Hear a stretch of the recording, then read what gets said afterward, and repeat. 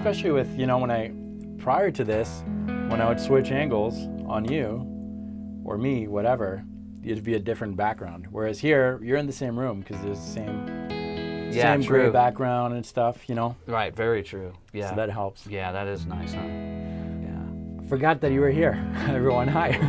Yeah, what's up? David Wallman here, and Jesse's back. It's been, gosh, last time you were in, not this studio for a video, but in one of my studios. That was like for the Guitar and Fusion stuff. It was. We were talking continents and different countries. Yes. Music being... That's right. Yeah. Yeah.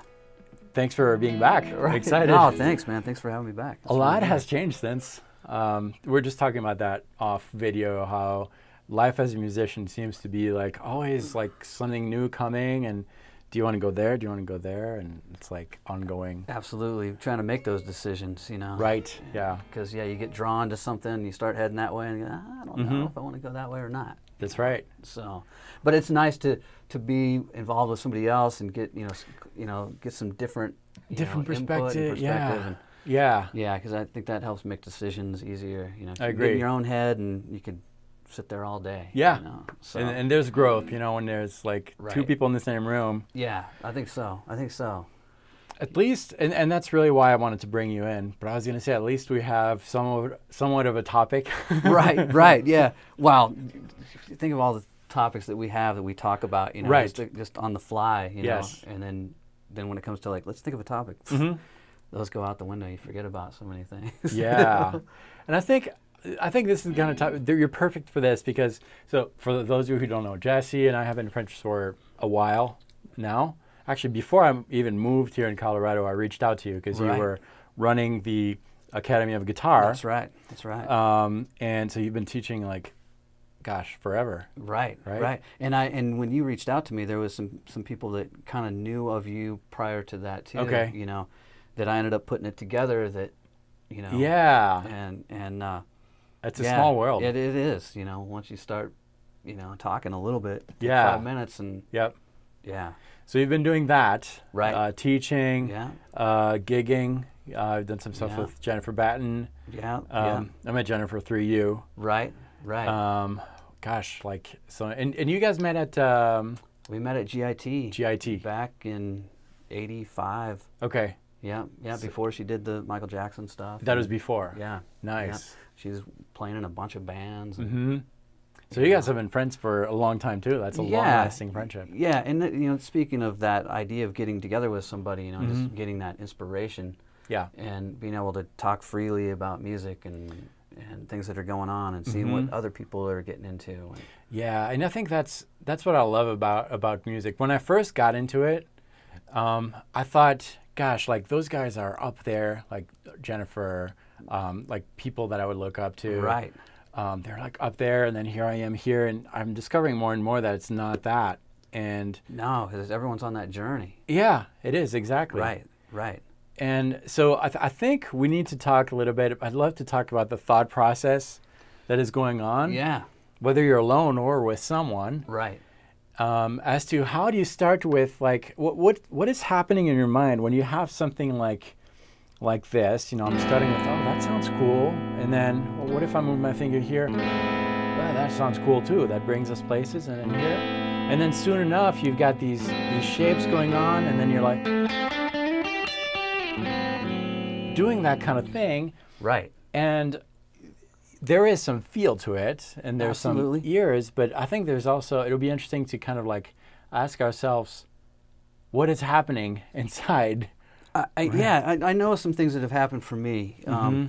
I've worked with a lot of singer-songwriters, and a lot of people who, when you're dealing with singers, a lot of them sing in particular keys that are comfortable to them. Right. And so if you're going to play a night of songs with a singer-songwriter, you're going to be playing in the same key a lot, or maybe a couple different keys. Right. Yeah.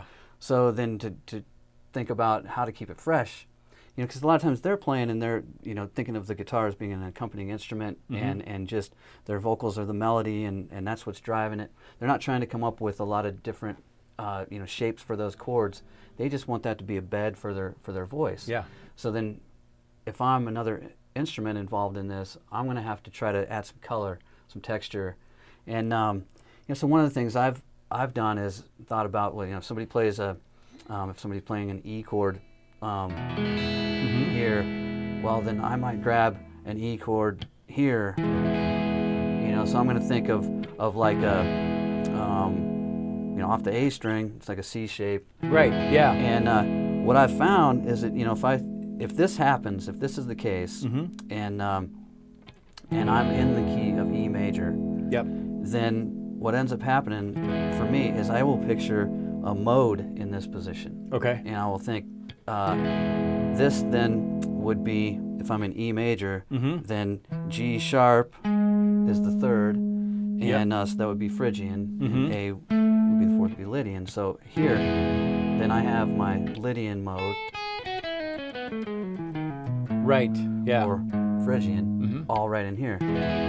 Yep. So I know that I can move my fingers around in that shape Yeah. and come up with some other colors. So if somebody's playing an E chord and I'm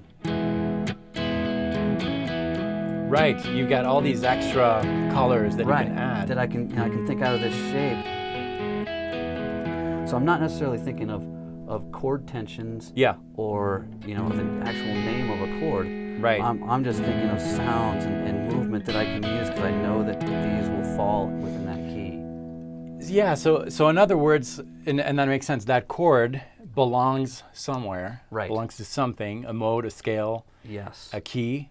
And as you're discovering what that is, because if you just had this in a song, just that E major throughout, Right. this could belong to multiple things. That's right. 1, 4, or 5. Yeah. But as you're going through the songs, hopefully some new chords will be introduced. Right, and then you start seeing, okay, that's the one, Right, yeah. there, then you start finding things, that you can think, well, there's my 4, right here, and I start seeing these shapes happening like that.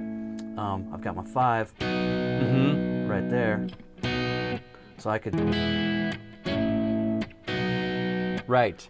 All that's right in one position. It's all built in. Right. But are you telling me that it's important to listen to others then? I think so. I think it is. I think it is. I think a little bit. and then listen to yourself too. Yeah. Instead of deciding that, well, that is in that key, so that does work. Right. Yeah. Because maybe it's not working right now.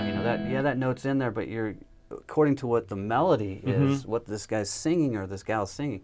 It's you're walking on them, you're stepping on right. what Yeah. doing. You're not listening to what the melody is or the drive of the song, which that can translate into soloing too.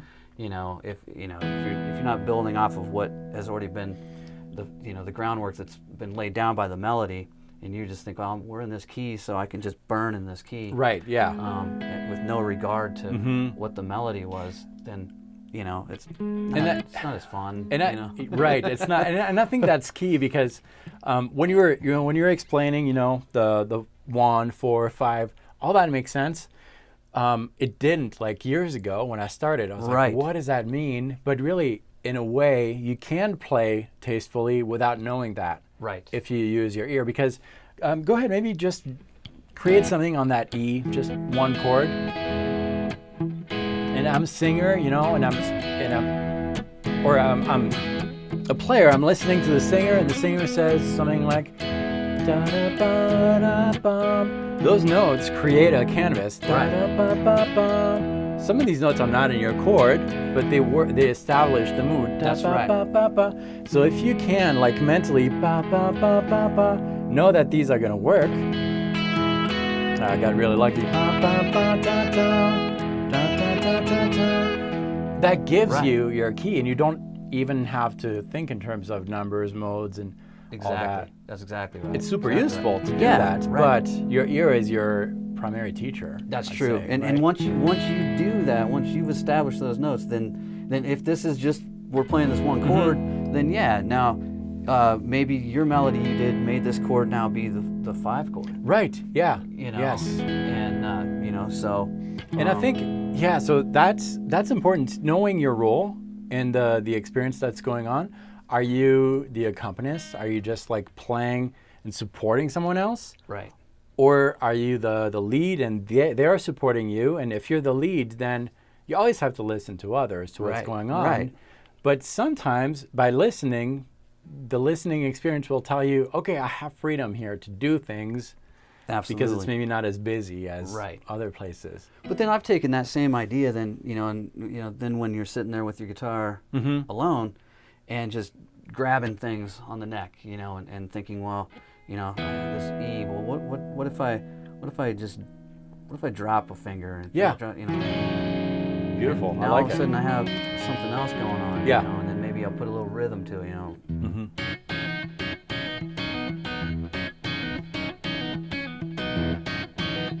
Right. And then I'm thinking, where can I go? Well, I know I have this whole shape, this mode. Well, what if I'm thinking, Right. Yeah. throwing a finger up here? Mm-hmm.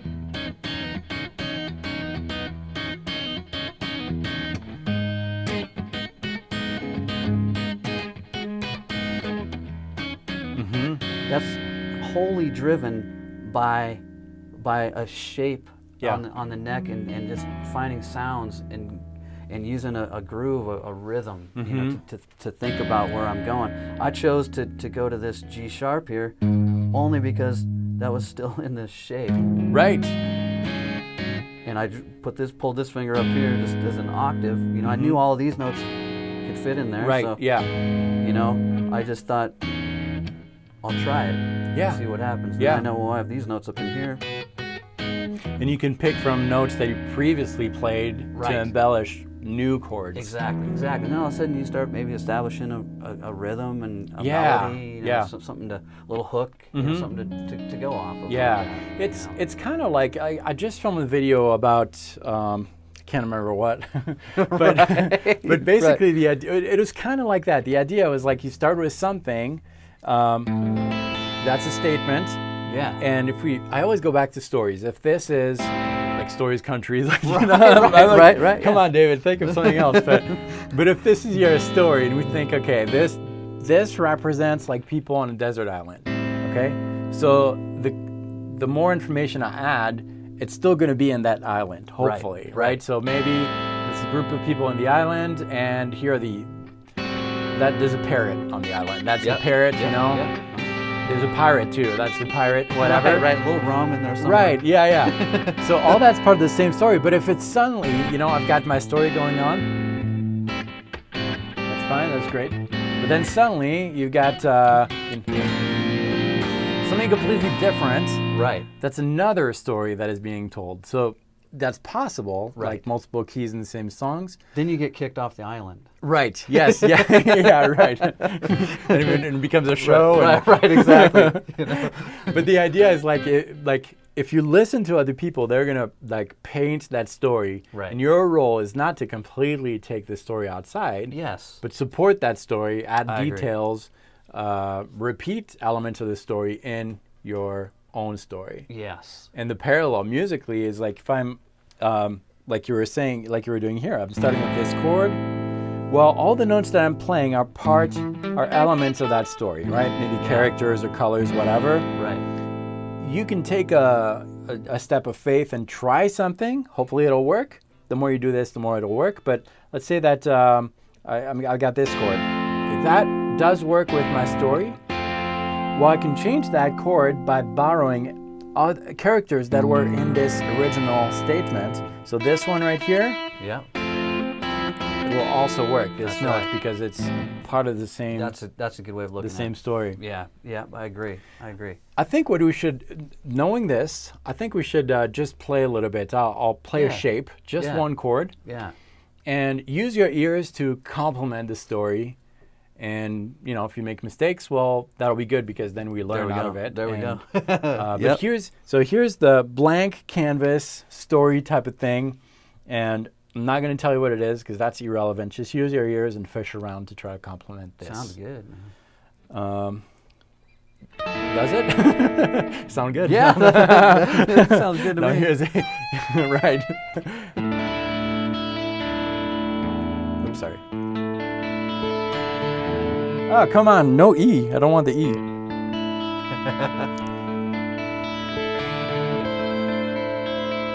I'm fishing here. Yeah. Goes well with the island. We need to eat. Papaya. Yeah. I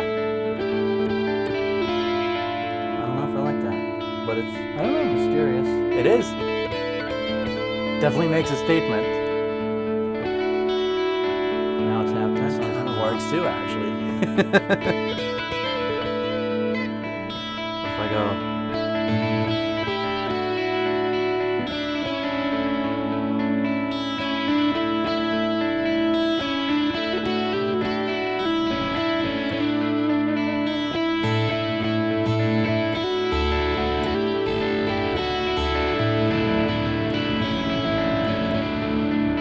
Start rhythmically coming up with some ideas. Yeah.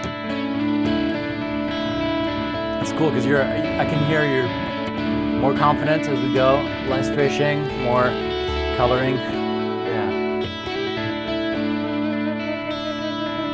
Yeah. That's cool. Thinking of like something I could say with that. Yeah, and I really like, so I think there's a lesson here. You're fishing around first, which happens to everyone. We need to. Yeah. And then as we were going, you're more confident. So I think the lesson is when you're hearing something completely new with a band or whatever, or here, go ahead, play something. Yeah. Maybe yeah. a one chord type of thing. Yeah. Let's do this then. Let's do like a. So I don't know what Jesse is playing. I'm hearing it. I don't necessarily have a name to it, but that's okay. I kind of hear the color. And because I know that I'm going to fish around first, I'm going to be discreet at first when I'm playing around this. So my fishing will be very gentle. Even maybe I'll just play for myself, not going through the speaker, listening. If I like it, right I there. will Yeah. bring it in.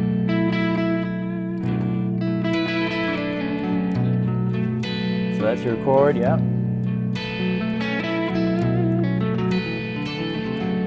And I just need one note because from this note I can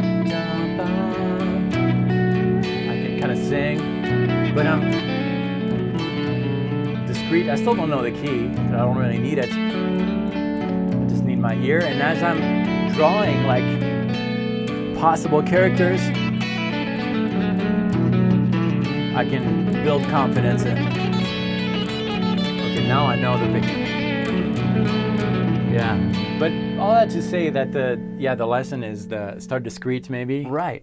Yeah. And just try to find your comfort zone or what's resonating with your ear. Yeah. There because when I played to what you were doing there, Mhm. I tried. I was in one area and I kind of found some things I liked, but I thought I'm going to try another area and see what that is, and it was a totally different thing. I could have gone with either one. Yeah.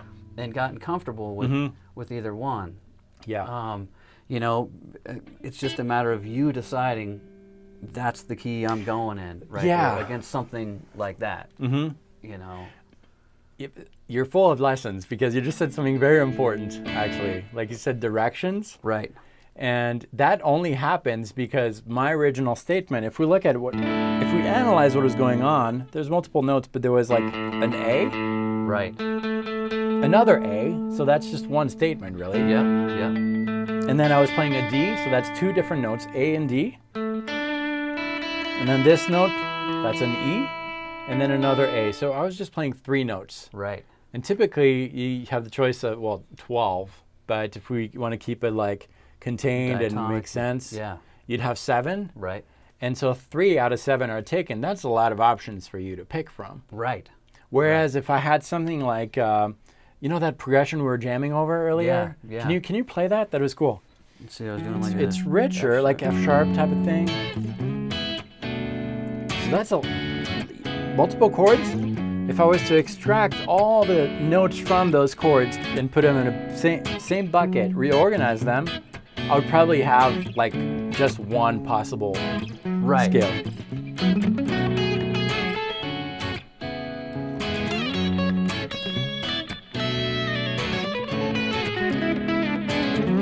The reason I'm doing this, I know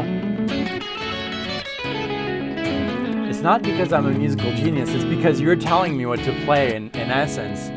My mind is just trained to like take like all those notes, put them all together and exactly. Right? Right. Because it is kind of pulling you these chords are acting as either stable or unstable or moving chords, and but you feel like there's a place that it's Right. resolving to. You know, it's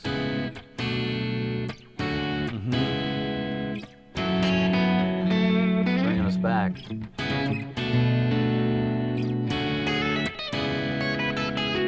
And if I play a wrong note, you hear it automatically.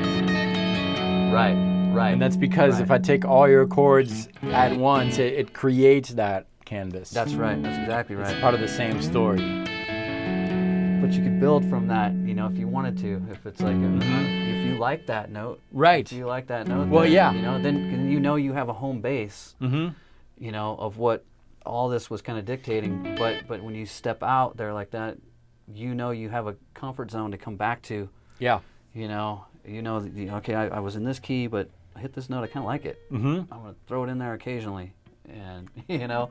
Yeah. Something like that. You at least have a home base. So I think what viewers can take out of this is that they start with a shape, a chord shape, or just placing your fingers on the fretboard and seeing what comes out. And you know, if you like what you hear, great. If not, you Make an you adjustment. just make an adjustment until you find something you can work with. That is a statement, right? We've got these notes. Yeah. Now these notes, that's just one chord, are extracted from a scale. And it's your job, your ear's job, to figure out what scale, which scales will work.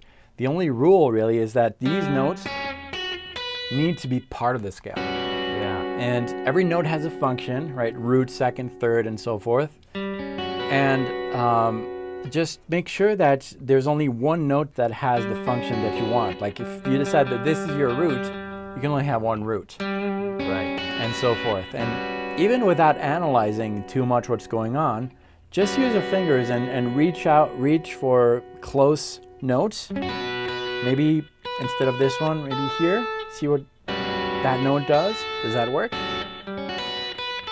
If yes, Yeah. that's an additional note. If not,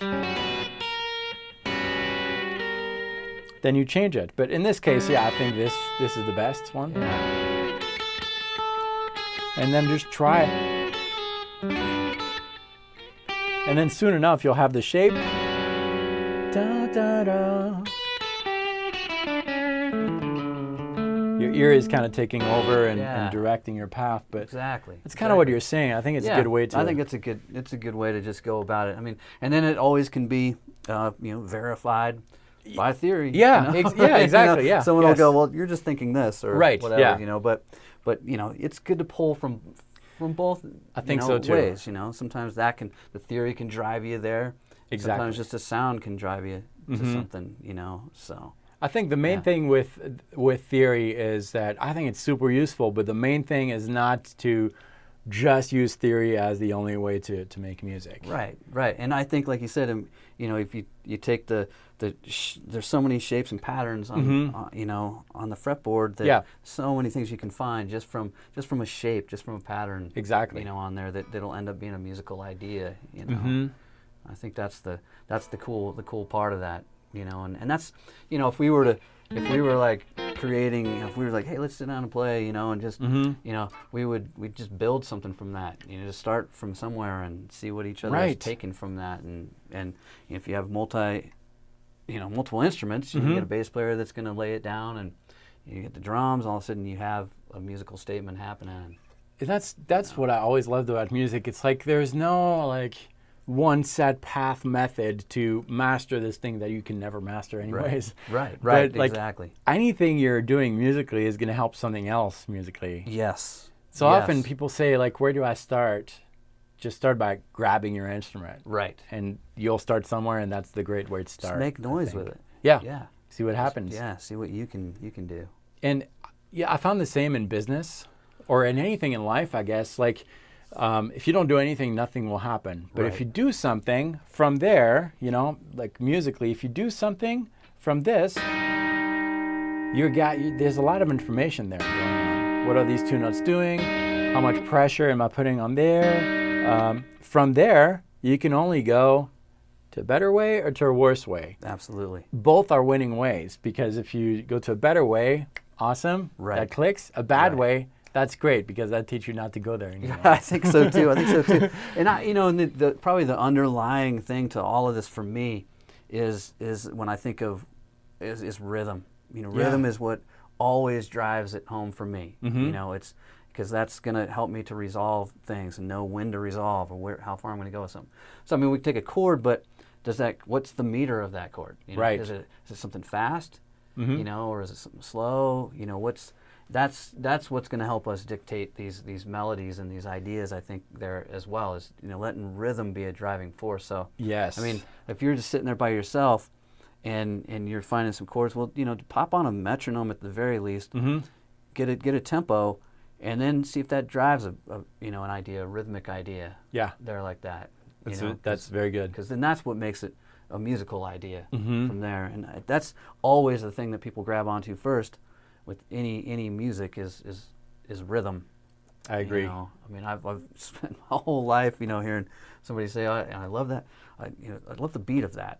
Yeah, beat, right. Yeah. And people that don't play music or haven't played an instrument, but they always identify with the beat. That's very true. I let that drive it for me. Once I find a shape, a sound, something that I want, then I think, well, what is this rhythmically? What kind of a groove do I want to have? Yeah, I was having a similar conversation at GitCon with Tom Quayle. Yeah. And we were like, what it comes down to, what is the most important thing? And he said the same thing, rhythm. I really think it does. I agree. You can throw a bunch of like random notes that don't make any sense at all, but organized rhythmically, it makes a statement that is totally valid. Well, actually, let's give that a try. Could you play like a vamp rhythm thing on a single chord? Yeah. Whatever. Yeah. Yeah. Let's do something like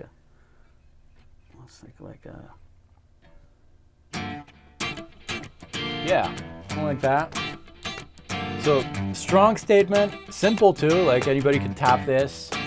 And then over this I have two options. I could play in, right? Good notes, let my ear take over.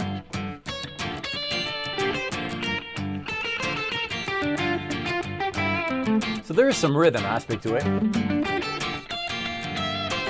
But the notes do match, right? Yep. Now if I want to play outside, I could play random notes, but if I have in my mind taka taka taka taka taka da taka tiki da da.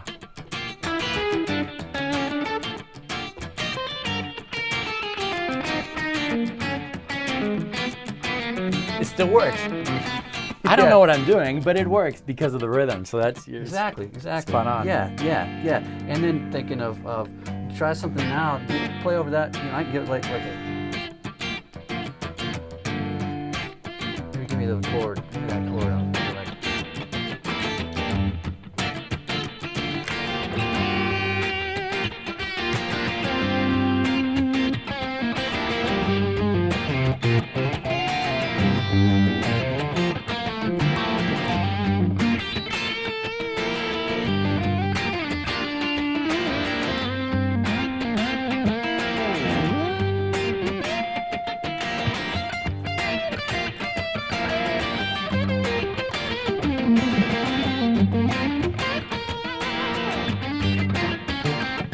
Yeah.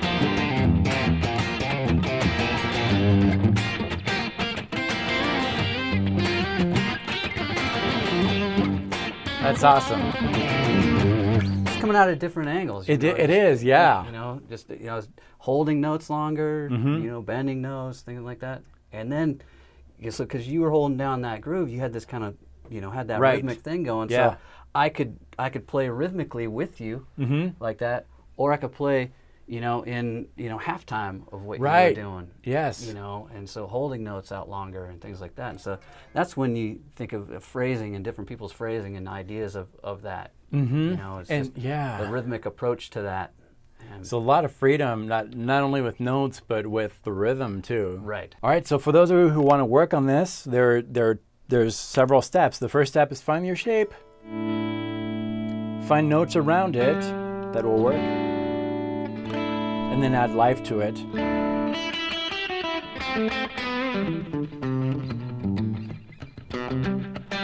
With rhythm.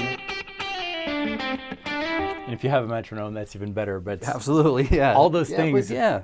It's cool because you can work on all that alone and really develop something new Right. Obviously, it's awesome to play with you and other people. It's fun. but- It's fun to collaborate, but that's when you have that time of experimenting with those things. Yeah. That's what you can bring to the table with other people, and you feel more confident about things. Exactly. And they know, and I think that's kind of what you were saying earlier about once you start meeting other people and you see these people that have been doing this for a long time, you understand that everyone's kind of going through the same things. Yeah. At different times, and so you always find something that you have that in common, and so everyone can relate to each other when it comes to that. If yes. no one's going to be critical of what you're doing. They see what you're doing. It's something they've done. And we're gonna make music. And So, and that's also cool. No matter how long you've been playing, you're always going to discover something that maybe no one else has discovered. You've got your own twist to things. That's right. That's right. I'm sure. I mean, that's probably how Jeff Beck came up with his very recognizable thing. Absolutely. In essence, it's not really hard to do, but it's his thing. Right? I think a lot of times, in emulating what you hear or see, just try to do it. You might end up being far off from what you actually were trying to do, but you find something else in it. Exactly. And I think that's what you're saying. Just putting your fingers down on the fretboard, and see what it is. You can't go wrong. That's great final words. I like it. Yeah, that's it. Well, thank you for watching this. I was making sure we were still recording. We had a little hiccup during the video, but we're good. Thanks for watching this. Jesse, thank you. You're welcome, David. Joining me. Thanks for having me. We'll do it again. Yeah. Let's jam it out. Sounds good. All right. Sounds good. Try not to screw it up this time. Here, let's just do a single vamp and apply everything we've done. That sounds good. All right, so I'm gonna give you a very particular landscape. I'm gonna do this one.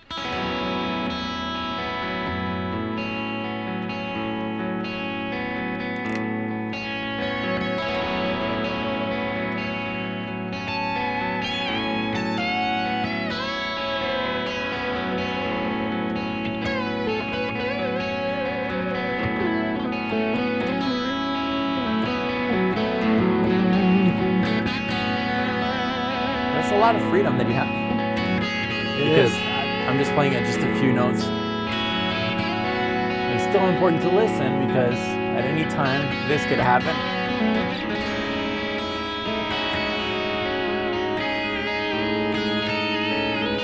Yeah.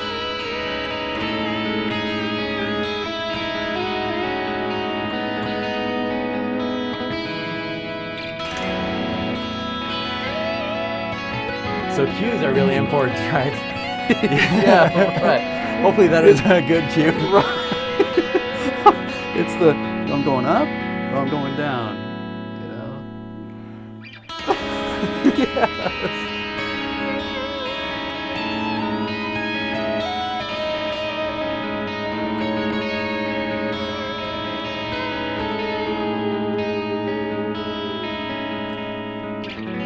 See, I can't go wrong if I hit a wrong note. I just move the whammy bar. There you go. That's the invention, right?